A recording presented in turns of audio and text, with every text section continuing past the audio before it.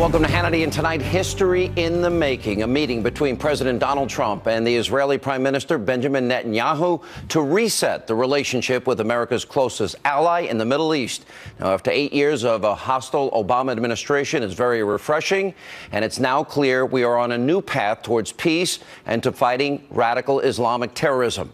Now, coming up, we'll play the highlights from today's press conference. But first, the alt-radical left propaganda media is out to utterly destroy Donald Trump, and it is doing you, the American people, a grave disservice. And that's tonight's opening monologue.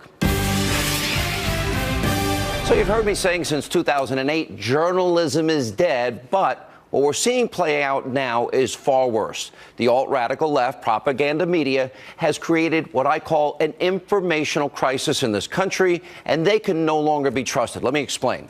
Now, after the resignation of Lieutenant General Michael Flynn, the media is rushing to paint what is a completely false narrative. Let's start with the New York Times and their so-called bombshell report that the press is running absolutely wild with. In reality, it amounts to nothing more than a fake news political hit piece. The Times ran this headline, quote, Trump campaign aides had repeated contacts with Russian intelligence. Now, in it, the writers cite 4 current and former unnamed American officials who offer up vague details about intercepted communications between members of the Trump campaign and Russian officials. But buried in the stories are major caveats, CYAs for them.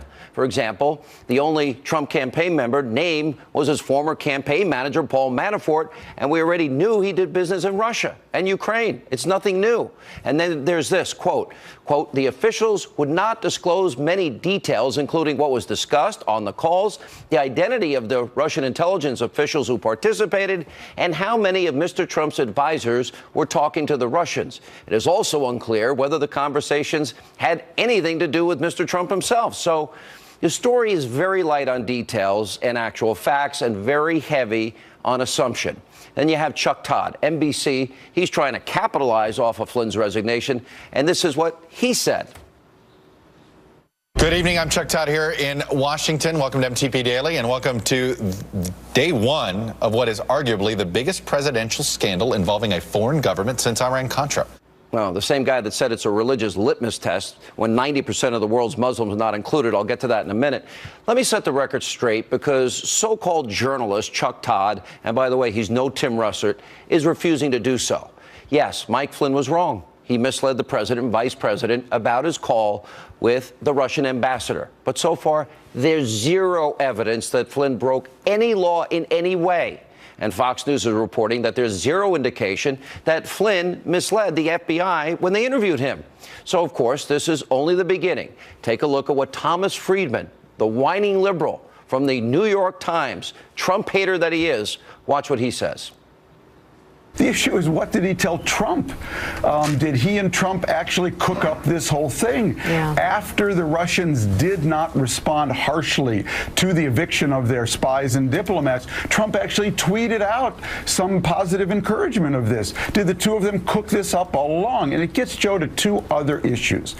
The first is, we have never taken seriously from the very beginning, Russia hacked our election. That was a 9/11 scale event. They attacked the core of our very democracy. That was a Pearl Harbor scale event. Really? You're going to compare this to 9/11 and Pearl Harbor, where thousands of Americans died? Now, if Friedman ever bothered to do some research and read the joint report from the FBI and the Department of Homeland Security, it found Russia did not interfere in the election vote totals in any way. Then there's this disgraced former news anchor, kind of laughable, Dan Rather. He took to Facebook to write this idiotic quote: Watergate is the biggest political scandal of my lifetime until maybe now. It was the closest we came to debilitating a debilitating constitutional crisis until maybe now. Really? Maybe? Possibly?